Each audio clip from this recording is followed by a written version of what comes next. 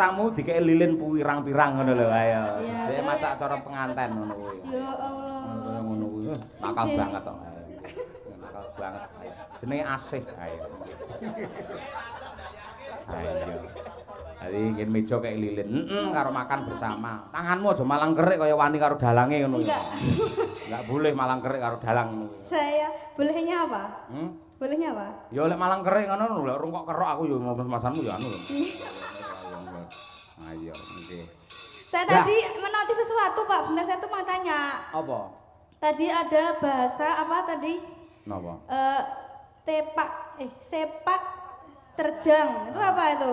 Disepak terus diterjang gitu kah? Apa gimana? Oh, bener. Artine maknane ya pancen ngono kuwi secara kata lho. Sepake kaya bal kae to, sepak diterjang ngono kuwi. Terjang ditabrak. Itu tadi maksudnya apa tapi yang di situ? Lek maknane asline tegese sing ngendikane Pak Pratik mau kaya apa to? Solahe karyane seorang Cahya Kuntadi dan kru Madangkaranya untuk menghibur warga masyarakat yang lenggah wonten ing Lamongan ngono kuwi. Oh, solae ya berarti. Solae. Oh iya itu loh Pak. Saya itu kenapa saya ambil bahasa Jawa tuh ya itu biar saya tuh mudeng. Oh iya mudeng ya. Bagus lek ngono. Iki awakmu bebas nang gandeng sing mirsani lak ning kono. Dadi awakmu iso rene iso rono. Nah, boleh. Dadi men sing mirsani ning kono ya marem, sing ning Juwaba kono ya ben marem, sampean boleh melangkah-melangkah boleh. Melampah-melampah boleh. Paton ra tekan pawon ngono ae. Pawon madang niku malan. Tapi itu saya tuh mau mengapresiasi Pak Puryanto. Iya, Pak Puryanto lo tengah rai apa ini loh Pak ngeresmekne kandang wedhus sih kok nganti wayangan ya Pak. Wedhus ndruduk kowe kuwi ora. Kandang wedhus. Ini tadi lho resmekne di sini kan wayangan. Ora ngrungokne lek ngomong ket ngarep mau to. Apa? Mboyong manten utawa ngunduh mantu. Oh. Kowe iso ngresmekne kandang wedhus ora. Download mantu ya? Hah? Download wedding. Iya. Boleh, kok iso wedhus. Kowe ora ngerti ta wedhus lek ambung-ambungan wedhus lanang karo wedok? Lho gimana? Oh, lek wong umume piye lek ambung-ambungane? Iya kayak gitu loh. Mrene irung karo irung to. To mulut karo mulut to.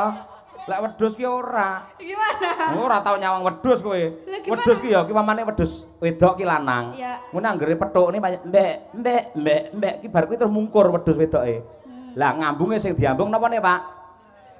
Bokonge kok silite jenengane ora. Bokonge. Masa sih? Masa gitu? Lho kowe ra duwe wedhus kok ngingo wedhus mesti lek ngambung ngono kuwi carane.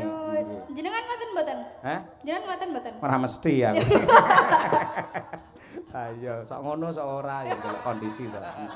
Ayo nggih, ngono kuwi nong. Ayo ben ngerti solahe kewan-kewan kaya apa ngono kuwi. Lah iki ana pamundhut sing ngersakake caping gunung. Nah, nggih. Saking wau pepundhenmu Bapak Kustiaji. Ayo nggih. Yo dibawani pangkur caping gunung. Ya. Saya nanya di sini apa di situ, Pak? Bebas, jenengan boleh. Pamane kok bawane ning kene, terus pas lagu ning kono, ngono boleh. Oh iya boleh. Iya iya.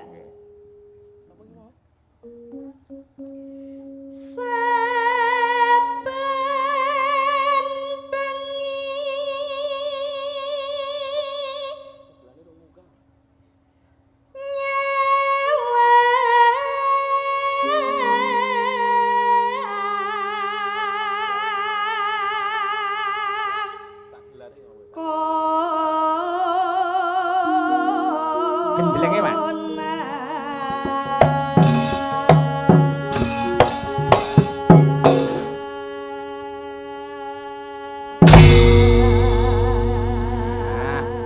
Men mantep, men saya regeng. Dicucuke gamelane ya semono kuwi kok. Ha iya. Lah ukurane jane ora sepira ning ya muni lah. Mergo kuwi nggen balungan ki kabeh ki kayune nangka. Iya, nangka tur utuh. Lek saiki lak gamelane bisa telung kayu banjur dilem-lem ngono kae, dipaku ngono kae. Iya. Iki utuh-utuh kabeh. Mula nadyan wujude kaya ngono tetep ora tak salini. Iya, mergo ya gamelan ijo. Ya iki lho judul. Ayo.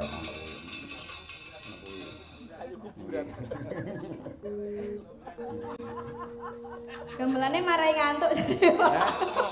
Lah kentengen nek nabuh iki kepenaken. Karo menan alise meh padha, lambene anggere lek ngombe ngesi pasno ya kaya Ariel Tatum. Awakmu salting lho, Pak ya ampun. Ariel Tatum pembeduk. Ayo. Lah iya. Tenan opone dadi pembantu rumah tangga. Pembantu rumah tangga tuh Pak. Oh, si kuwi. Apa Bu? Nonton FTV yo. Latajan. Oh. Itu R Tatum tugasnya ngapain itu di situ? Yo Perannya. ngepel, nyuci piring, setelika olah-olah diulahi ngono. Ah iya. Apik senengane nggodho karo Mas Reza. Mas Reza ini siapa? Aku. Oh, jenengan toh. Janganlah. Janganlah. Keponakan adalah maut. Ayo. Ndak ikutan ah. Iya. Mergo ngene, Ari Tatum pas dadi pembantu ki pancen dhek jarak. Jadi ketika napa Mas Reza kuwi tuan rumah kuwi, Iya. bose kuwi lagi dolanan PlayStation ngono to, dhek nyuguhke kopi. Lah sakjroning nyugone kopi disengaja, ki lak enek benike to. Iya. Gen loro kene benik loro dicepot kabeh, siji loro cepot. Heeh. Sret ngono akhirnya kan ya Mas Reza bingung. Iki mongko kopi, kok campur susu barang sing dijugone. Ah ngono kuwi. Panjenengan kelingane pas niku to, Pak. Ya sebagian kecil kuwi ning pesan morale ngene iki. Ketika rumah tangga seorang wanita terlalu sibuk, mergo Ariel Tatum mengganggu marang Mas Reza ketika nuwun sewu bojone Mas Reza iki lunga ning Dubai. Lah, wanita kalau sudah menjadi istri kok terlalu sibuk mengurusi kepada karirnya, tidak mengurusi keluarganya dan anaknya, itu nanti akan menjadi petaka yang luar biasa. Lah ngono kuwi. Berarti yang salah wanita, Pak. Hah? Yang salah siapa kalau kayak gitu? Yo ora kabeh ra salah, wong grup film kok ora salah-salah. Grup film ayo ayo ngono. Ayo iki Ariel Tatum ayo. Nembang. Lah kan mau apa ya sepak terjang nembang. Panas.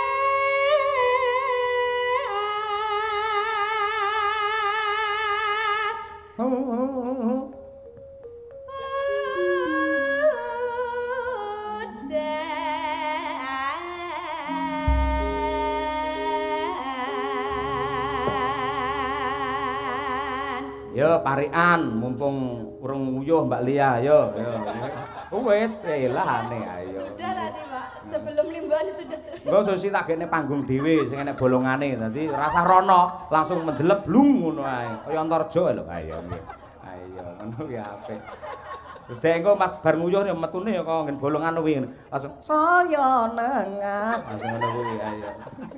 Ide bagus, Pak. Ide bagus ya. Kene bolongan ya. Iya. Ayo apik. Sambles bumi ya. Sambles bumi ayo. Elok tenan kuwi. Yo parian. Layangan Layangan ceblok ning wit bayem. blok ning wit bayem. Warga Lamongan mugi ayem tentrem. Allahumma amin. Nggih. Dadi menawi di caosi parian tur donga kanggo piyai Lamongan, nuwun sewu Bapak Ibu dipun amini nggih. Nggih, lek ngamini kados niki wau ngangge seni, nggih. Allahumma amin. Cobi Bapak-bapak sedaya kemawon. Setunggal kalih tiga. Allah elok tenan. Tepuk tangan tuh Bapak-bapak semuanya. Wah, elok. Ngono yo kene arang-arang wayangane piye? Ayo. Alay karo son horeg. Ayo. Laras lho, Pak, Bapak Ibu nih. Ayo, nggih. Keren. Pas, Pak. Yuk, wani tang. Coba kaya apa? Coba. Lintang bladu. Ayo. Pak Yoyo, Napa? hari ini saya jadi Mbak Tuti. Ngapa? Nggih, jadi Mbak Tuti hari ini. Oh, layak aurane kok kene ya negatif kowe. Ayo. Ayo, apik. Mas Dar, Ayo. Ya. niki Sugeng Geneng Pak, anu desa. Sungai Geneng. Sungai Geneng. Nggih. Nggih. Gawe tumpeng, Gawe tumpeng, dinggo warga, dinggo warga, terus masyarakat. Napa Pak Wau? Sungai Geneng. Sungai Geneng, mugi bagya mulya. Enggak, Pak. Allah. Amin. Lah, nggih. Warga masyarakat mapan wonten ing pundi, Pak? Ayo, ali nggih. Suka menggebu-gebu mbiyen anak ngono MC. Pagelaran wayang kulit dengan lakon Dewa Ruci di Gerahadi Surabaya akan ditampilkan oleh Dalang. Jenengan sinten Pak asmane, Pak? Ayo lali, saka semangate ayo nggih. Bu Tesi, ayo Bu Tesi. Bu Kesi. Jenenge bojone lali iki lho. Padahal mau bengi iki lho Barawor. Ayo. Ya sebut salah ngono lho. Ayo, elah nggih. Bayangke Winong wae. Ayo, arep tatum lho, ayo. Lan Kesi. Ya saya aku tak macak kaya Ariel Tatum dadi pembantu ngono. Etok-etoke majikane sampean aku pembantune teko nglamar dadi baby sustere anak-anak. Suster. Baby suster ngesat apa ya ora. Sister, suster. Baby sister, Bu, baby sister. Baby sister. Ayo. Baby Raharjo, ayo nggih. Mas Tulus Raharjo. Ya Bu Kesi. Nandur telo. Nandur telo. Neng kulon, Ora nggih. Nandur telo neng kulon omah. Terus Mugi-mugi keluarga Pak Poryanto gesangipun berkah lan barokah. Allah. Matur nuwun, Pak. Sembah nuwun piyai nyeni tenan iki. Ayo. Suarane saya lho. Nggih. Padahal penonton lho, kok suarane so pas kali gamelan to Pak jenengan Pak. Piyai nyeni. Lah nggih, hebat tenan. Mentolo nyawer aku. Ayo. Lu malah tombok. Walik no Bu Kesi lagi iki sinden arep nyawer torok. Ayo padha nggih. Coba niki Mbak Dian Sastrowardono. Kancane pintelang bladu. Mbak Dian Munasiroh, magister seni.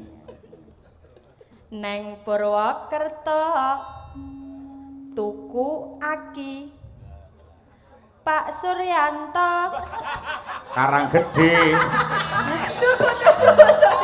Pak Puryanto ya trot. Toi bapake kae. Ya. Madana langsung lho. Ya ayahku langsung ngono lho. Ayo nggih. Pak Puryanto, Pak Suryanto. Ayo nggih. Kerto Oh, kerto. tuku aki Aki. Pak Puryanto mugi kathah rejeki. Allahumma.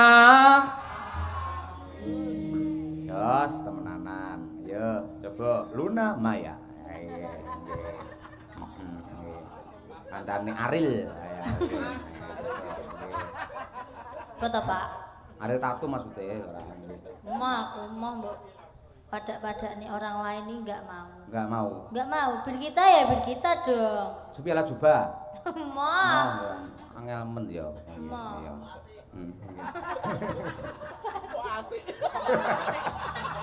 Aja ngono Mas. Sia-sia orang Mbak Tuti aku sing disia-sia. Mas Dar. Ning Mojokerto.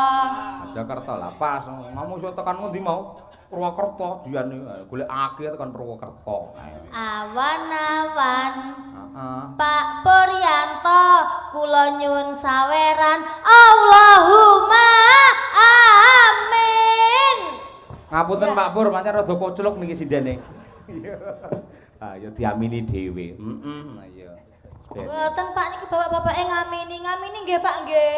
Nggih, oh bolokku akeh le. Kancane nek akeh men to Pak. Ya iya nggih, kancane Birgita. Ya. Pancen ya sing ngefan karo Birgita piyaine sepuh-sepuh ngono kuwi ya kaya. Ayo malah telaten kok piye sepuh ya. Kowe parikan ora? Tum. Ayo. Tum kok, Pak. Ayo ari tatum. Tum ya, Mariatun. Parian deh. Parian deh. Boleh. Ya. Ayo ngerti dadi pas bojone Reza ki neng Dubai. Terus aja mengerti yo ya. Neng ruang tamu dikek lilin pirang-pirang ngono lho ayo. Iya, Dhek terus? masak cara penganten ngono kuwi. Ya Allah. Ngono kuwi. Nakal banget kok. Nakal banget. Jenenge Asih ayo. Ayo. Jadi ingin meja kayak lilin, karo makan bersama, ya lilin, baru kuwi ingin netesi, tetesnya makanan kuwi, Jadi ndak ini saya pariannya. Jadi tum, ayo,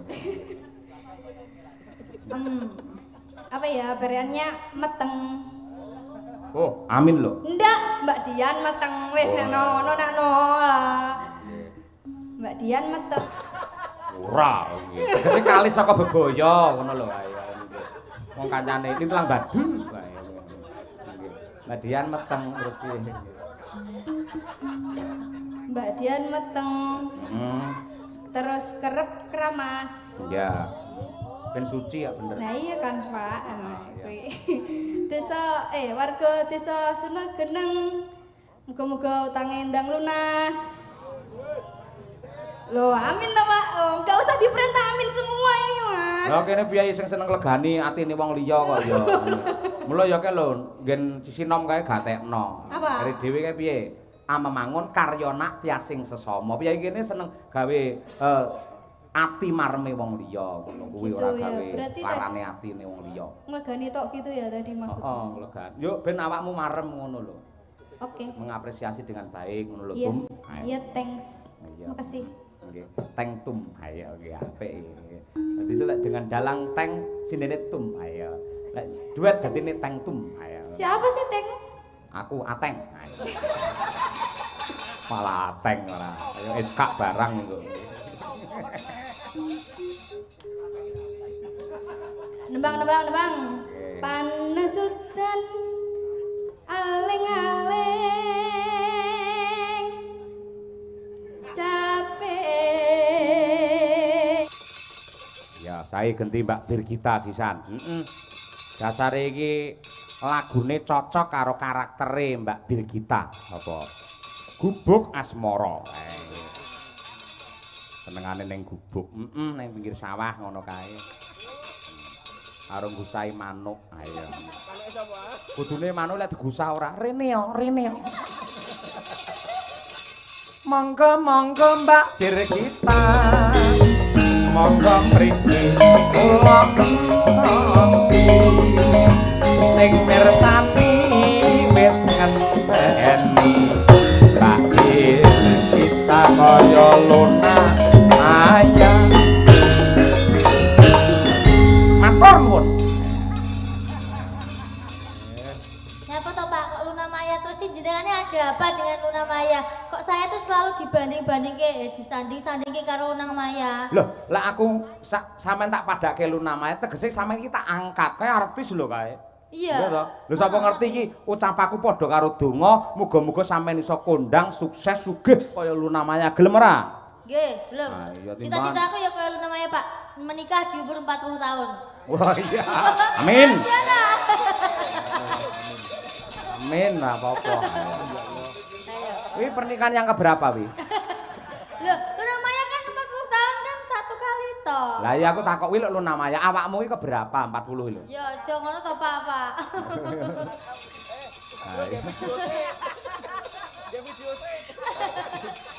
Lah iya wong bocah ayune kaya ngono nikah umur 40. Ayo.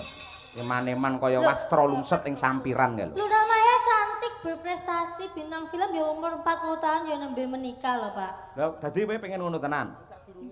Ya mencari jodoh ya gak ngerti toh Pak umurnya sampai berapa, cocok-cocokan sampai berapa. Tak dukung lek ngono kuwi malan. Nggih. Sampeyan umur 40, entuk priya umur 80 ngono. Yo nggih. Ya lah tuntun-tuntunan apa Pak? Iya. Apik lho. Endi to kamar iki?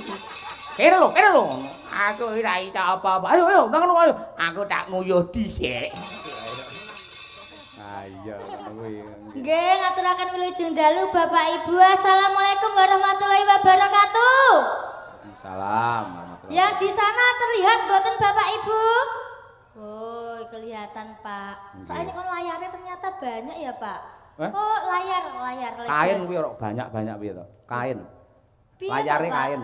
Layarnya banyak itu tegese akeh Pak. Lah layare kain banyake ngak ngono kae ora. Loh, banyak ki akeh iso diitung ngono lho Pak. Oh, ngono kuwi. Ya. Lah, kuwi bot-bote panjenengane Pak Pur supaya para sing mirsani iki lega penggalihe nganti tekan mburi kono ana layare. Nah, yang kene ketoke ora pati akeh sing mirsani. Ning kono, wah, saya sepi kono. Akeh. Mboten kathah ten iki bapak-bapak nggih kathah lho Pak. Nggih. Remen mboten Pak tanggapne. Oh, remen sanget nggih. Ten iki mboten anu to Pak, mboten sering wayangan. Oh, sering. Lah kok Pak Yahya kok gak tau mayang ning kene, Pak? Sik padine ngelokne aku to kowe, ora payu nang kene ora nggih. Boten. Wong jenenge wong di wilayah dhewe-dhewe ngono kuwi. Ngono. Nah mosok arep mulak nang Madiun Ponorogo, ayo. Kalau mongso ya melangkah tekan Lamongan sekali-kali bir. Sekali-sekali nggih to, Pak. Dolan nggih to, Pak. Dolan nggih. Ora dolan golek dhuwit dolan piye to? Golek kan- dhuwit iya ora. Iya, Pak, tapi kan ya kalau jalan-jalan to, Pak. Sinden misalnya nanti naik high es niku mesti happy, Pak. Sebab Si mandek jajan ngono kuwi, Pak. Mesti ya gak tahu jajan to. lah iki menabung kok iki. Do menabung ngunduhe solek bodo ngawut ae ora nggih. Ya ora jenengan sebagai pemimpin niku harus adil, Pak. Kudune nek sinden jenengan jajake mesti abone kudu jenengan jajake. Setuju mboten, teman-teman? Mboten. Setuju. Nggih. Saya ngene lho, aku wis tau omong karo sing kerbak Mas Edi Napa? lho. Mas Edi. Napa, Pak? Piye, kanca-kanca jajan mboten sah kanca-kanca senengane tirakat, Pak. Ngono kowe kok ya nggih, ngono kuwi. Dilumpukne terus sok lek ketika tanggapan sepi ngono to, kancane do ora duwe dhuwit, madang kara, saya ora duwe dhuwit. Ngono kuwi, iya. Kuwi jenenge menabung ngono kuwi. Lah, iki gubuk asmara bir, disenengamu to nggih. Senengan. Kuwi lak ratune gubuk asmara. Nggih. Ayo, nggih. Muga diaturake lek awakmu nah jos iki. Sak bawane. Ayo. Nyingkar nyingkur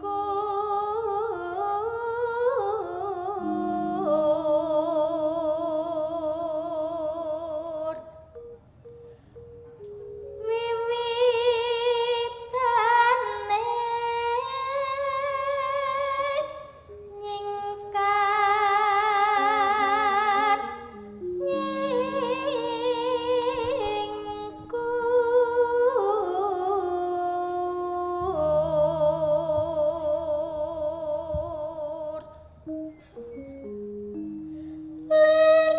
lingsem yen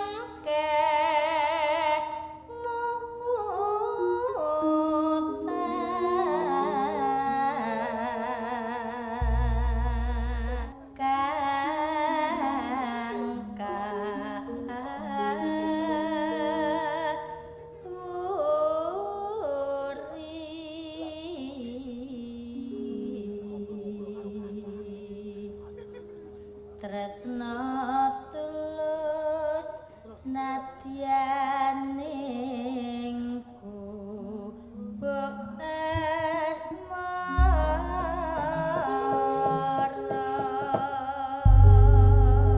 Nah, ya apik bir. Lho aku iki Nadyanto iki lho, iki ndinge dintup tawon iki. Kok bisa loh, Pak? Tangan jenengan kok diintupkan jenengan demeki napa tangane niku senengane? Oh, sik to ora ngono kuwi. Walaupun iki dintup tawon, kudune nggih mulane wayang lak mak cuwekit cekit ngono. Nggih. Ning ora apa-apa mergo wis tanggung jawab profesional tetep mangkat. Harus niku, Pak. Kita sebagai seorang seniman ini ngoten niku. Nggih, kowe ngerti ra bedane tawon karo wong? Bedane tawon. Kalau tawon itu hewan, kalau wong ya manusia toh, Pak. Jawabane cah SD ngono kuwi ora. Kalau tawon bisa mabur, kalau manusia nggak bisa. Oh, Gathotkaca iso mabur dhuwur banget kae malah ora. Kalau tawon bisa ngentup, kalau manusia nggak bisa ngentup. Meh bener ning sik salah. Ayo. Bedane ngene. Kenapa, Pak? Lek tawon, kowe ngerti tawon ora? Amatono. Selama hidupnya ngentup ya pisan tok kuwi. Oh iya, Pak. Biasanya bar ngentup mesti langsung mati biasanya, Mati Pak. deh. Mong pisan tok kuwi beda karo wong. Sae ngentup penak sesuk ngentup neh. Sesuk penak somben ngentup neh ngono kuwi. Kuwi manusia. Walah. Tur sing jenenge tawon mesti ninggali madu. Mati betul. Ya, madu larang regane apane yen apa asli kae tanpa campuran. Larang regane apik nggih kesehatan. Betul. Sae madune menungso iler kae. Apa payu didol ge jajal. Ayo. Kowe mbok ayu kaya apa ilermu tetep mambu. Ora payu lek didol. Berarti lek tawon kae berarti sing seneng ngentup tawon lanang apa tawon wedok, Pak? Yo lanang. Lah kok iso lanang? Hah? Lah kok iso lanang? Lah bentuk kok. Lah kok lek manusia kok ngentup terus, lek tawon kok lanang tok. Sik to. Kowe kok angel tak entuk dhewe lho malah ora. Omongan mulek kaya entut ora ayo nggih. Ayo ngono kuwi. Niki jogetnya di sini apa di situ, Pak? Jinan yo rono barang. Oh, ke sana juga. Nggih. Oke. Nggih, coba kaya apa ben ning ngarepe gelar ngono lek joget. Ayo nggih. Ayo tak kira lek pelawak. Ayo anakmu lanang. Engko nyuwun palilah karo Pak Pur. Gandeng anak kula sing barep niki nembe prei sekolahe mangke kajenge ngewangi bapake nyabetke. Ayo. Kalau ngalap berkah mumpung suwana ning Sunan Derajat Lamongan. Ngono kuwi. Monggo dipun aturaken Mbak Birgita Ayu dengan lagunya Gubuk Asmara. Yo.